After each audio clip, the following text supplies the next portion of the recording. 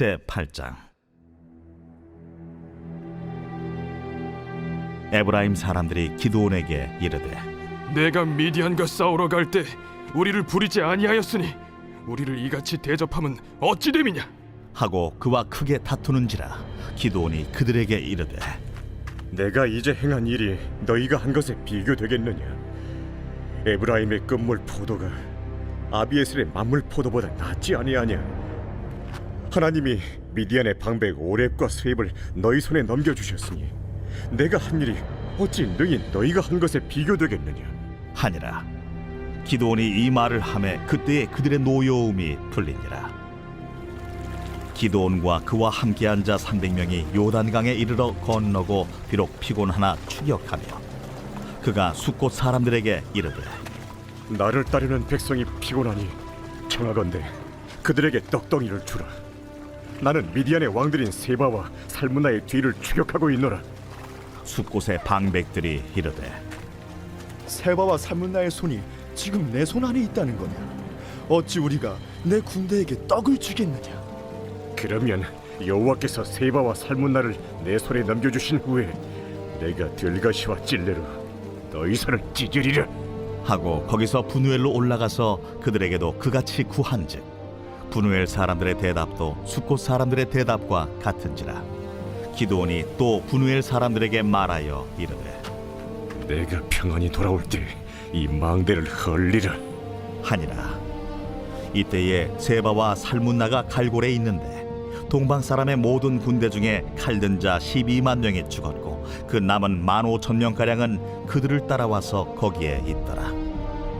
적군이 안심하고 있는 중에 기드온이 노바와 욕부와 동쪽 장막에 거주하는 자의 길로 올라가서 그 적진을 치니 세바와 살문나가 도망하는지라. 기드온이 그들의 뒤를 추격하여 미디안의 두 왕 세바와 살문나를 사로잡고 그 온 진영을 격파하니라. 요아스의 아들 기드온이 헤레스 비탈 전장에서 돌아오다가 숫곳 사람 중 한 소년을 잡아 그를 신문하매 그가 숫곳의 방백들과 장로들 77명을 그에게 적어준지라. 기드온이 숫곳 사람들에게 이르러 말하되, 너희가 전에 나를 희롱하여 이르기를 세바와 살문나의 손이 지금 내 손 안에 있다는 거냐? 어찌 우리가 내 피곤한 사람들에게 떡을 주겠느냐 한 그 세바와 살문나를 보라. 하고 그 성읍의 장로들을 붙잡아 들가시와 찔레로 숫곳 사람들을 징벌하고 분우엘 망대를 헐며 그 성읍 사람들을 죽이니라. 이에 그가 세바와 살문나에게 말하되, 너희가 다불에서 죽인 자들은 어떤 사람들이더냐? 그들이 너와 같아서 하나같이 왕자들의 모습과 같더라. 그들은 내 형제들이며 내 어머니 아들들이니라. 여호와께서 살아계심을 두고 맹세하노니 너희가 만일 그들을 살렸더라면 나도 너희를 죽이지 아니하였으리라. 하고 그의 맏아들 여델에게 이르되, 일어나 그들을 죽이라. 하였으나 그 소년이 그의 칼을 빼지 못하였으니 이는 아직 어려서 두려워함이었더라. 세바와 살문나가 이르되, 내가 일어나 우리를 치라. 사람이 어떠하면 그의 힘도 그러하니라. 하니 기드온이 일어나 세바와 살문나를 죽이고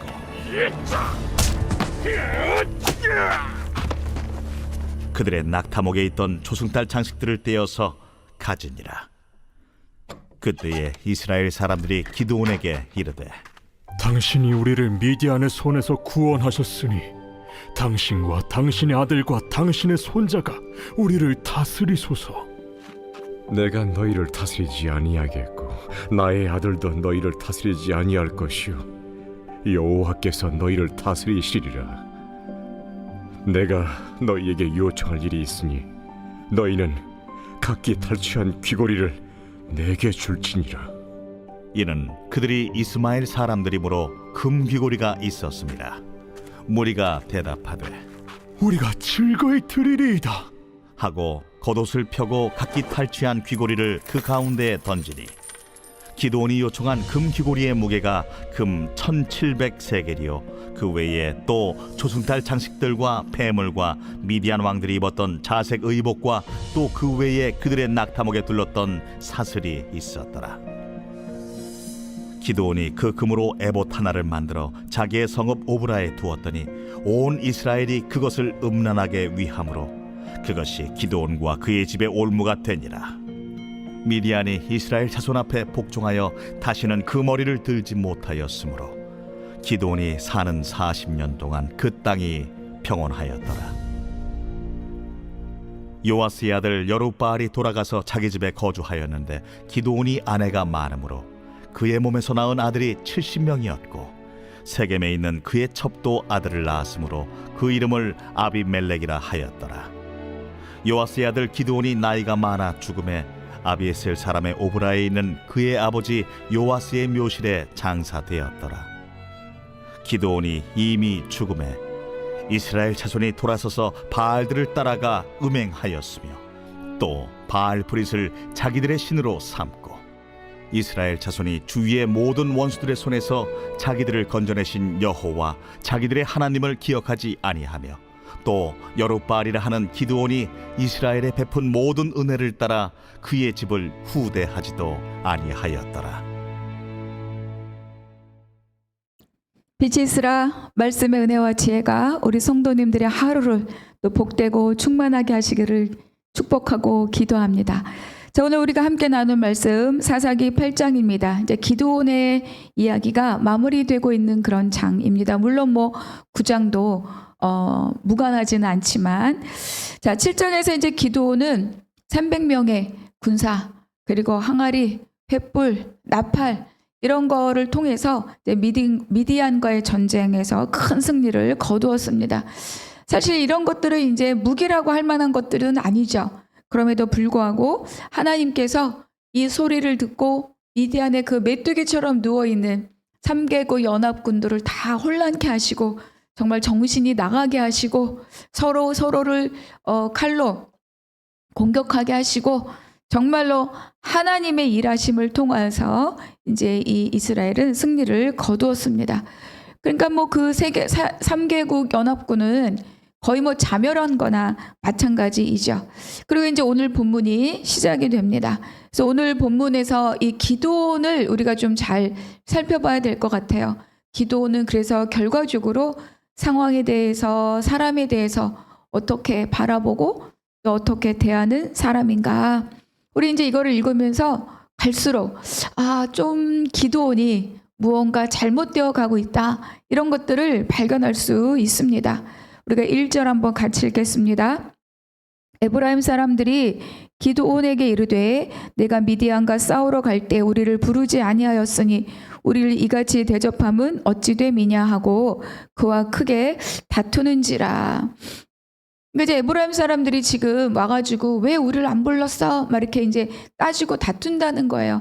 근데 우리가 7장을 보면 이제 이 에브라임의 이야기가 등장을 하죠.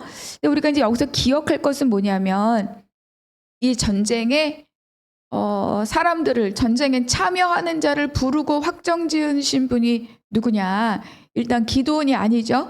우리가 알고 있는 것처럼 나선 자들이 32,000이었지만 결국 300명을 골라서 부르신 분은 바로 이 하나님이 하신 일입니다. 이거는 뭐 기드온의 결정권도 아니었어요. 그리고 또 하나, 그동안 7년 동안 미디안에 압제해 있었을 때 아무것도 하지 않았던 이들이 왜 이 지금에 와서 우리를 왜 부르지 않았느냐고 이렇게 다툴 만큼 이렇게 타박을 하고 있느냐.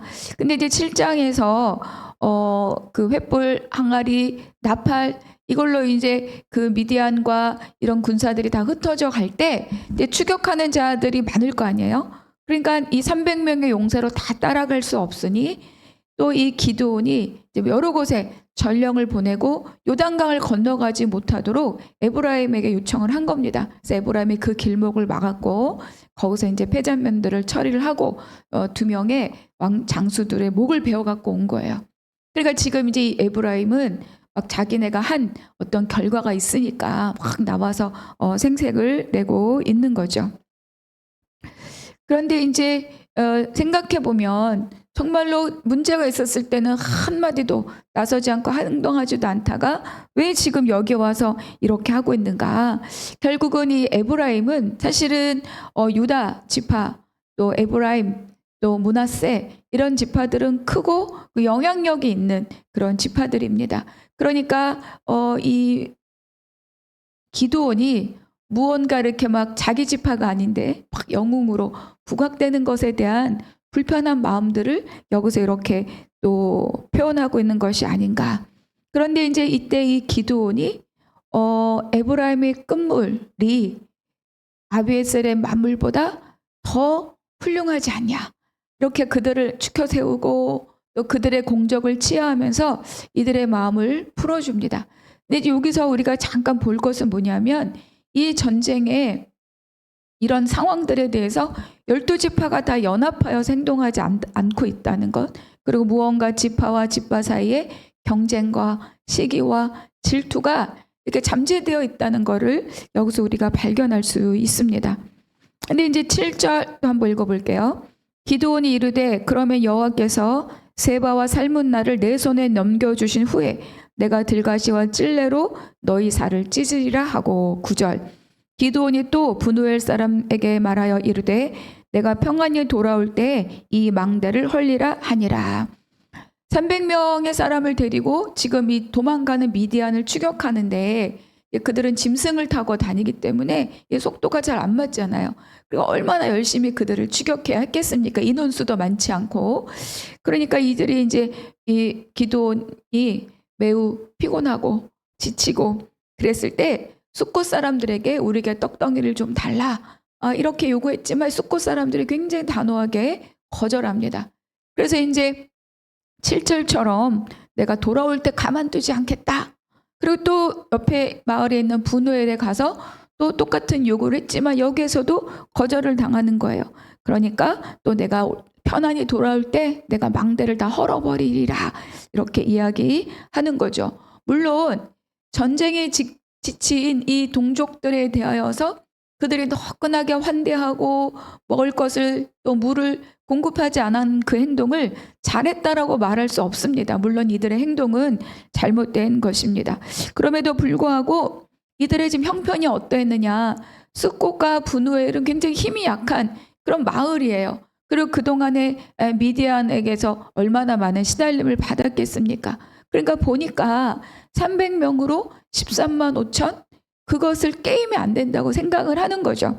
그러니까 이들은 이 기드온과 이 300명이 이길 것이라고 확신할 수 없었고, 그러면 나중에 이들을 도왔다는 것이 우리에게 얼마나 큰 해로 되돌아올 것인가. 사실은 그것이 미디안의 보복이 두려웠기 때문에 거절했습니다. 그런데 실제로 이 기드온은 세바와 살문나를 잡아서 와서 아까 7절과 9절에서 했던 행동들을 그대로 행한다는 거예요. 그대로 보복하고 복수하고 갚는다는 거죠. 그런데 이제 우리가 생각해 볼 것이 있습니다. 에브라임이 와서 막 시비 걸고 다투고 큰 소리 치고 막 따져 들을 때 그때 이 기드온은 어땠습니까? 그들을 격려하고 아주 지혜로운 말로 그들의 노여움을 다스렸죠. 그래서 화평하게 문제와 위기를 잘 해결을 했습니다. 그런데 기드온은 이들에게 대하여서 내가 너희를 도울 수 없다, 떡덩이를 줄 수 없다 라고 할 때 그때 기드온은 어떻게 했어야 될까요? 그것을 거절하는 자들에게 이들에게 설명하거나 설득하는 언어가 없어요. 그렇게 태도가 없는 거예요.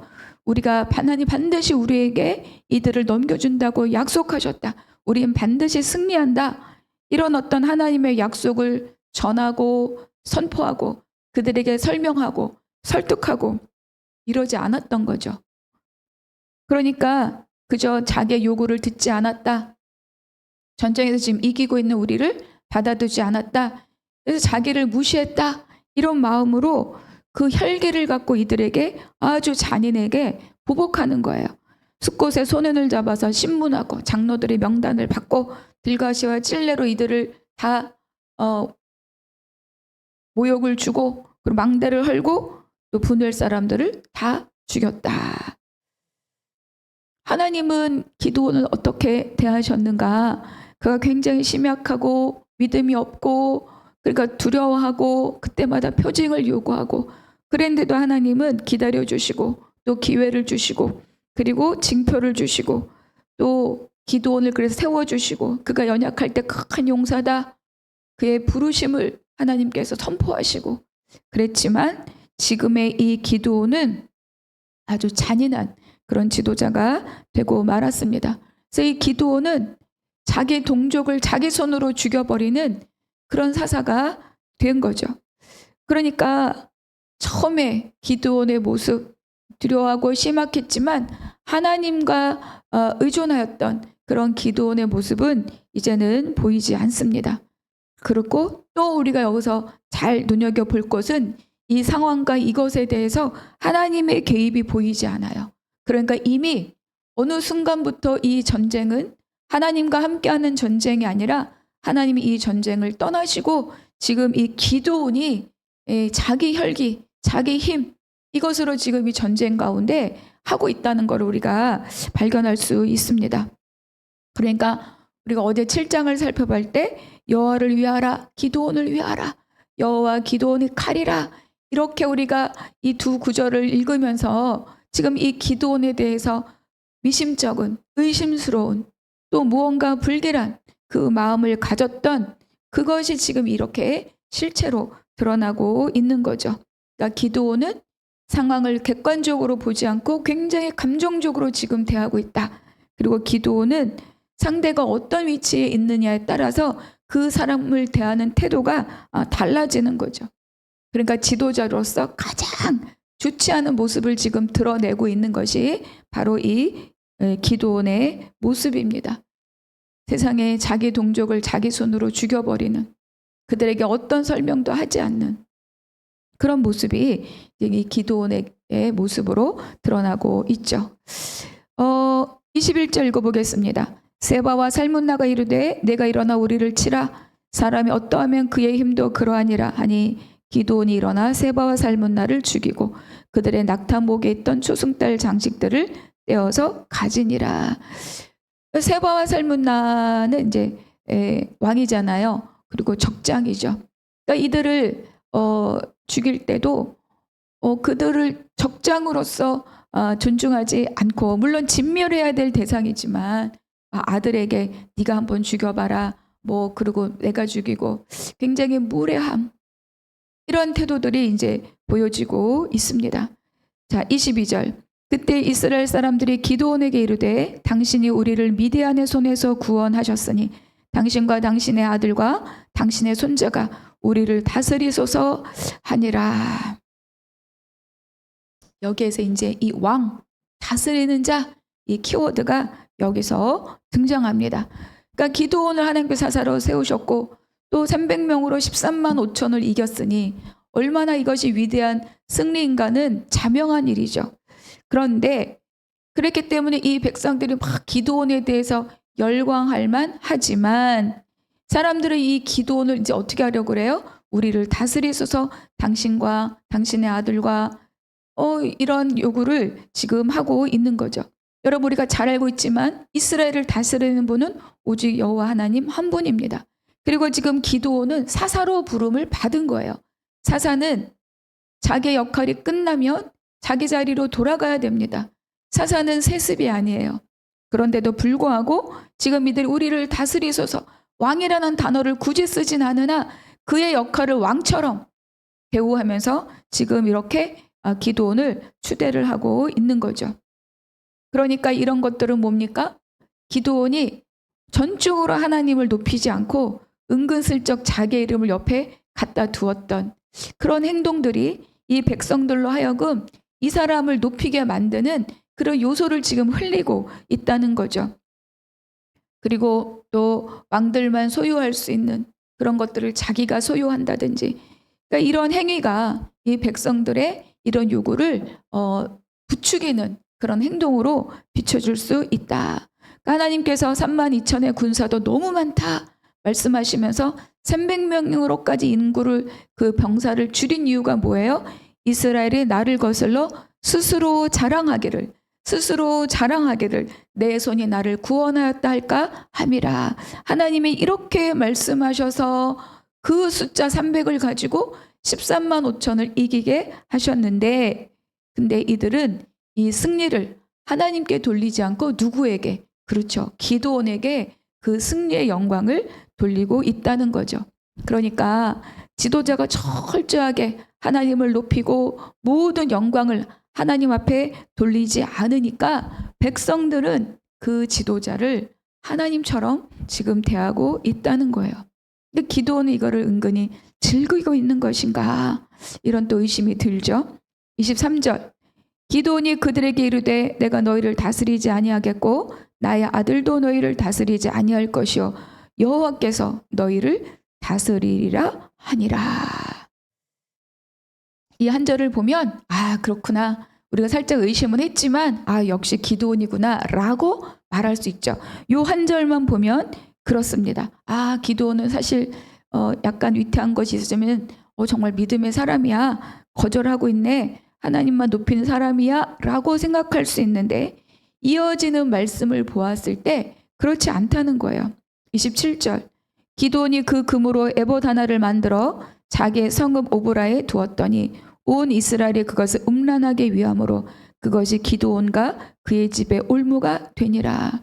도대체 제사장만 입는 이 에봇을 왜 금으로 만들었으며 백성들에게 금을 다 달라고 하고 그것을 왜 자기 집에 두었을까? 여러분 이럴 때 뭐가 생각나시나요?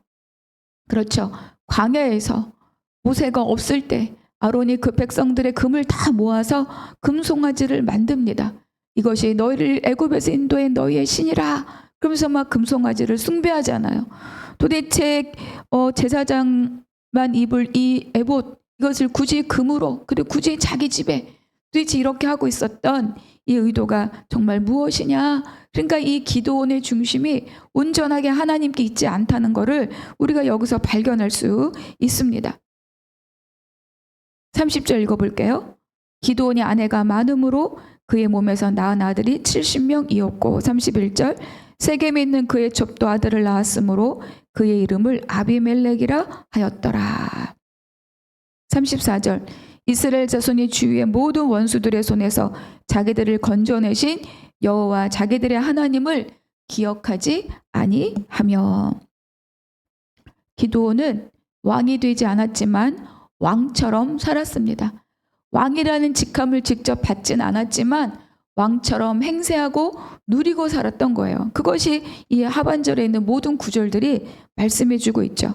많은 아내를 두었다는 건 그가 가진 현실적인 부, 권력, 권세 이런 것들을 말해주는 거죠. 70명의 아들을 둔다면 도대체 얼마나 많은 아내가 있어야 합니까? 그리고 또 그것으로도 모자라서 세겜에 있는 첩도 아들을 낳았는데 그 이름을 아비멜렉이라 하였더라. 그러니까 그가 만든 금으로 만든 이 에봇이 백성들에게 우상이 되어버리고 그리고 이 기드온의 가문의 올무가 되고 또 문제가 되었다는 거죠. 그의 집에 올무가 되니라. 그 올무가 되어서 등장한 자가 다음 장에 있는 그의 첩의 아들 아비멜렉입니다. 그리고 그러니까 이 300명의 용사로 이 큰 강력한 미디안을 맞서서 물리친 것은 너무너무 큰 공적인 것은 맞지만 그의 삶의 열매는 무엇으로 평가되는가? 가문의 올무가 남았다. 백성들을 우상숭배에 빠지게 했다. 그렇죠? 그리고 또 자기들의 하나님을 기억하지 아니하였다. 그러니까 여러분 우리가 하나님 예수님께서 말씀하시잖아요. 열매로 그들을 알리라. 지금 세운 공적이 문제가 아니라 내가 떠난 자리에 무엇이 남을 것인가? 우리는 그것이 늘 우리를 돌아보고 살피는 기준이 되어야 할 것입니다. 기드온 300용사 그것을 기억할 것이 아니라 그의 인생, 그의 삶, 그의 끝에 그가 떠난 자리에 남아있는 그 흔적들이 무엇인가? 우린 다시 한번 잘 생각해보고 내 삶에도 무엇을 남길 것인가 또 기도하는 하루가 되기를 바랍니다. 묵상 질문, 오늘 나에게 주신 한 구절 그 은혜의 말씀, 깨달음의 말씀이 무엇인지 기록하고 적용해 보시기 바랍니다. 두 번째, 상황과 사람을 대하는 나의 모습은 어떠합니까? 믿음과 존중함으로 대하고 있습니까? 또 세 번째, 사람보다 앞선, 하나님보다 앞선 자기 자랑, 자기 만족 이런 것들이 나의 올무가 되어가고 있지는 않습니까? 기도하겠습니다. 하나님 감사합니다. 오늘 깨닫게 하신 말씀으로 오늘 하루를 강건히 살게 하여 주시옵소서. 오직 하나님을 예배하고 이웃을 존대하는 믿음의 삶을 살게 하여 주옵소서. 감사하고 우리 주 예수 그리스도의 이름으로 기도하옵나이다. 아멘.